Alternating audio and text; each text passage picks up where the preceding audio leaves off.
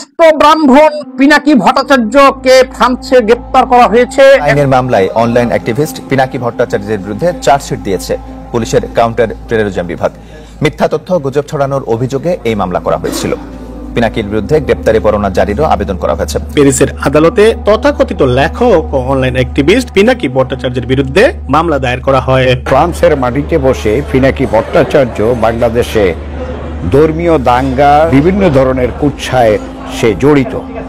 পিনাকি ভট্টাচার্য এই স্বাধীনতা বিরোধী অপশক্তির সাথে মিলে দেশ ও জাতির কল্যাণের বিরুদ্ধে এগিয়ে চলা বাংলাদেশের বিরুদ্ধে, জননেত্রী শেখ হাসিনার বিরুদ্ধে, স্বাধীনতার স্থপতি বঙ্গবন্ধু এবং তার পরিবারের বিরুদ্ধে অপপ্রচারে লিপ্ত। আসসালামু আলাইকুম সম্মানিত দর্শক, আজকে আপনাদেরকে দেখাবো এমন একটি গুরুত্বপূর্ণ ভিডিও যে ভিডিওটি দেখলে রীতিমতো অবাক হবেন। চাঞ্চল্যকর অবস্থা সৃষ্টি হয়েছে নেট দুনিয়ায় তুলপাড়, সামাজিক যোগাযোগ মাধ্যমে ভাইরাল। আসুন কথা না বাড়িয়ে দেখে আসি সম্পূর্ণ ভিডিওটি। 1 সেকেন্ডও না টেনে পুরো ভিডিওটি দেখবেন। চ্যানেলে নতুন হলে সাবস্ক্রাইব করে রাখবেন পরবর্তী আপডেট পাওয়ার জন্য। ভিডিওতে একটি লাইক করে দেখতে থাকুন সম্পূর্ণ ভিডিওটি। ওই বিদেশে থাকে প্যারিসে এক ভদ্রলোক পিনাকি ভট্টাচার্য, আসলে সে আমি বলি ভারতের একটা এজেন্ট। অশ্রাব্য কথাবার্তা বলে, ল্যাঙ্গুয়েজটা আল্লাহর রহমতে এমন ল্যাঙ্গুয়েজ শুনলে পরে ওযু নষ্ট হয়ে যায়। সে ওইভাবে বলে, বলার মাধ্যমে কিছু কিছু মানুষ তাদেরকে উত্তেজিত করে, অনেক হুজুরা তারা পীর মনে করে। কিছু লোক 32 নম্বর বাড়ি যে ভেঙে দিয়েছে, এবং এই ভেঙে যাওয়ার ক্ষেত্রে সবচেয়ে বড় ভূমিকা কে পালন করেছে?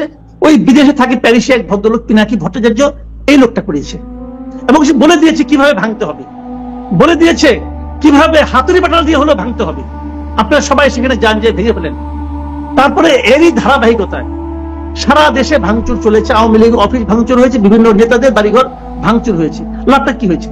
লাভটা হয়েছে এটা, আপনি শেখ হাসিনাকে ফেরত না আনতে পারা যে একমাত্র অপশনটা আছে, সেই অপশনটা তৈরি করে দিয়েছেন। কে তৈরি করে দিল? পিনাকি ভট্টাচার্য তৈরি করে দিল। শেখ হাসিনাকে আমাদের পক্ষে ফেরত পাওয়া আসলে কঠিন। কঠিন এটা আমরাই করে দিয়েছি, কঠিন।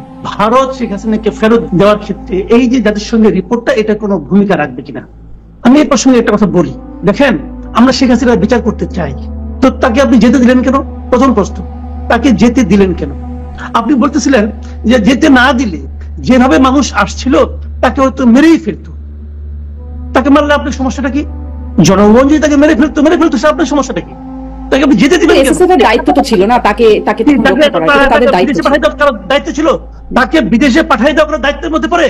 তাকে হেলিকপ্টারে আপনার ক্যান্টনমেন্টে নিয়ে রাখতে পারতেন। আপনি যদি আপনি তাকে বাঁচাতে চান, ইন্ডিয়া পাঠাতে হবে কেন? ইন্ডিয়া আপনি পাঠিয়েছেন, পাঠিয়ে এখন তাকে আনতে পারতেছেন না, এটা বলেন কেন? দ্বিতীয় কথা হলো, দেখেন ভারতের সঙ্গে আমাদের একটা চুক্তি আছে যে আমাদের কোনো বন্দী যদি ওখানে থাকে তারা সেটাকে ফেরত দিবে। এই চুক্তির মধ্যে একটা জায়গায় কিন্তু বেশি ফুয়াদ আরো ভালো বলতে পারবেন, আইনজীবী মানুষ ডিটেল বলতে পারবেন। আমি যতটুকু বুঝি, চুক্তির মধ্যে একটা জায়গায় একটা কিন্তু আছে। কিন্তুটা হলো, যদি আশ্রয়দাতা দেশ মনে করে যে তাকে ফেরত দিলে সে রাজনৈতিক প্রতিহিংসার শিকার হতে পারে, তাহলে তাকে তারা পাঠাবে না। ঠিক আছে? তাহলে ভারত যত কিছুই বলেন, শেখ হাসিনাকে আশ্রয় দেওয়ার কারণে আন্তর্জাতিক অঙ্গনে খুব একটা ভালো জায়গায় আছে তা কিন্তু না।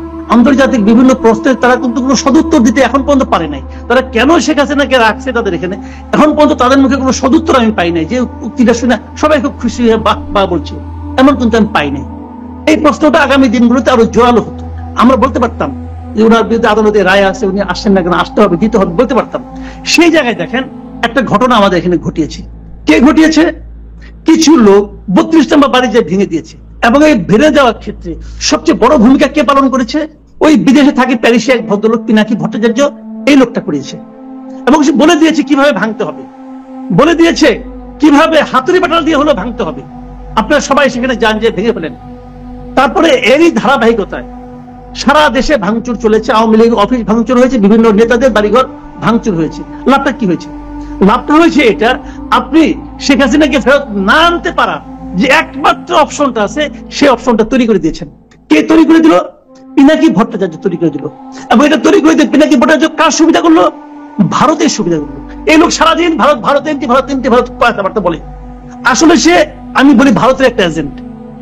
সে আমাদের এখানে সবসময় একটা আওলা লাগাইয়া আমাদের দেশটাকে অস্থিতিশীল করার জন্য সবসময় সে নানা রকম ফন্দি ফিকির করে এবং উত্তেজনকর বক্তব্য ছাড়ে।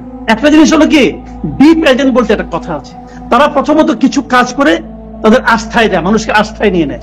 তখন যদি এই কাজ, তখন কি সারা দেশে শুনেন, শেখ হাসিনার পতনটা অনিবার্য ছিল। এটা অগাস্টে হোক, মার্চে হোক, ডিসেম্বরে হোক, যে অনিবার্য ছিল। কারণ তার পাপের ঘোড়া ভরতে ভরতে ভরতে ভরতে এমন এক জায়গায় ছিল, এটা উপচে পড়তই। ওই সময় এই পুরো জনগোষ্ঠীকে আস্থায় নেওয়ার জন্য ওনারা এটা করেছেন। করার পর এখন ওনারা আসল কাজটা করছেন। শুনেন, বাংলাদেশের অস্থিতিশীলতা এটা কার জন্য ভালো? বাংলাদেশে এমন কোন আইন শৃঙ্খলা আছে? ঘোষণা দেয় অমুক বাড়ি কালকে বুলডোজার নিয়ে ঘুরিয়ে দেওয়া হবে, এটা কি আইনের মধ্যে পড়ে? ল এন্ড অর্ডারের কোন সংজ্ঞা এটা ফেলানো যাবে না। সিটি কর্পোরেশন বুলডোজার সাপ্লাই করে, ভেঙে দেওয়া হয়, পরের দিন আবার চিফ অ্যাডভাইজার বলে এটা সহ্য করা হবে না। বলে না এটা চিফ অ্যাডভাইজার সহ্য করা হবে না। তো সহ্য করার পর সহ্য করলেন কেন? আপনি তো সহ্য করলেন, আপনি রেসপন্স আগের দিন দিলেন না কেন? যখন তারা ঘোষণা দিল, ওই মুহূর্তে যে ঘোষণা দিল তাকে আপনি ধরলেন না কেন? ওই মুহূর্তে ঘোষণা তো পিনাকি ভট্টাচার্য দিয়েছে। পিনাকি ভট্টাচার্যের সঙ্গে এই সরকারের গুরুত্বপূর্ণ ব্যক্তিদের টেলিফোন আলাপ হয় না? পিনাকি যেভাবে চলে দেশ, আমি তো মাঝে মাঝে সন্দেহ করি দেশ কে চালাচ্ছে? ওই বিদেশে অবস্থান তো ওই লোক চালাচ্ছেন, আমাদের গভর্নমেন্ট একটা আছে, আমি এই সন্দেহ করি। সে যেভাবে চাচ্ছে এই সবকে সেভাবে তাকে সুযোগ করে দিচ্ছে।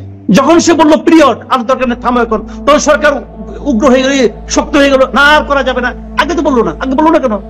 তো এই পুরো জিনিসটা এরা বুঝে হোক না বুঝে হোক, ওই ভদ্রলোকের ওই যে একটা অশ্রাব্য কথাবার্তা বলে, ল্যাঙ্গুয়েজটা আল্লাহ রহমতে এমন ল্যাঙ্গুয়েজ শুনলে পরে ওজন নষ্ট হয়ে যায়। সে ওইভাবে বলার মাধ্যমে কিছু কিছু মানুষ তাদেরকে উত্তেজিত করে, অনেক হুজুরা তারা পীর মনে করে, এবং এই ঘটনা ঘটছে। এবং সেটা পুরো জিনিসটা আলটিমেটলি কার অ্যাকাউন্টে যাচ্ছে? আমাদের দেশ অস্থিতিশীল হলে কার লাভে ভাই? কার লাভ? ইন্ডিয়ার লাভ। এবং তার প্রত্যেকটা কর্মকাণ্ডের এন্ড রেজাল্ট যাচ্ছে ইন্ডিয়ার পক্ষে। কিন্তু আমি এইভাবে ব্যাখ্যা করছি, এই ব্যাখ্যা একটা কাউন্টার ব্যাখ্যা দেন না আপনি কেন? আপনি এই বাড়ি ভাঙার মধ্যে কি অর্জন করলেন বলেন? আপনি কি অর্জন করলেন? মাঝখান থেকে এই জিনিসটা অর্জন করলেন, এখন ওরা বলবে যে এই মহিলাকে ফেরত দিলে সে রাজনৈতিক প্রতিহিংসার শিকার হবে, সে দেশে নাই, তারপরে তার বাড়ি ভেঙে ফেলা হয়, কত বড় পলিটিক্যাল সে ভিক্টিম হয়ে গেছে এখানে। এটা বলবে এখন ইন্ডিয়া। দেখেন তো লাভটা আমার কি হলো? আমার তো দরকার শেখ হাসিনাকে। আমার আপনি এই বাড়ি ভাঙবেন, সরকার যে কোনো সময় ভাঙতে পারতো। এই বাড়ি থেকে আগামীকাল এসে নিয়ে কেউ উঠতে পারতো? সরকার যে কোনো সময় ভাঙতে পারতো। তো এখন কেন, যখন তাকে নিয়ে আসার আমার প্রয়োজন, তখন কেন এই সুযোগটা কে করে দিল? এটা একটা ভয়ঙ্কর, আমরা বলি তো আমি দেশ একটা ভয়ঙ্কর ষড়যন্ত্রের মধ্যে আছে। কেন এই ষড়যন্ত্রে সবাই মাথা গোলাচ্ছে? ডিজিটাল নিরাপত্তা আইনের মামলায় অনলাইন অ্যাক্টিভিস্ট পিনাকি ভট্টাচার্যের বিরুদ্ধে চার্জশিট দিয়েছে পুলিশের কাউন্টার টেররিজম বিভাগ। মিথ্যা তথ্য, গুজব ছড়ানোর অভিযোগে এই প্রিয় দর্শক, সম্পূর্ণ ভিডিওটি দেখলেন, অবশ্যই বুঝতে পেরেছেন ভিডিওটি গুরুত্বপূর্ণ ছিল। দর্শক, এই ভিডিওতে যে তথ্যগুলো আপনারা পেয়েছেন এ বিষয়ে আপনাদের কি মতামত তা অবশ্যই জানাবেন, এবং পরবর্তী আপডেট ভিডিওগুলো সবার আগে পেতে চ্যানেলটিকে এখনই সাবস্ক্রাইব করে রাখুন। এই মুহূর্তে বিদায় নিচ্ছি, দেখা হবে পরবর্তী কোনো ভিডিওতে। সে পর্যন্ত ভালো থাকুন, সুস্থ থাকুন, আসসালামু আলাইকুম।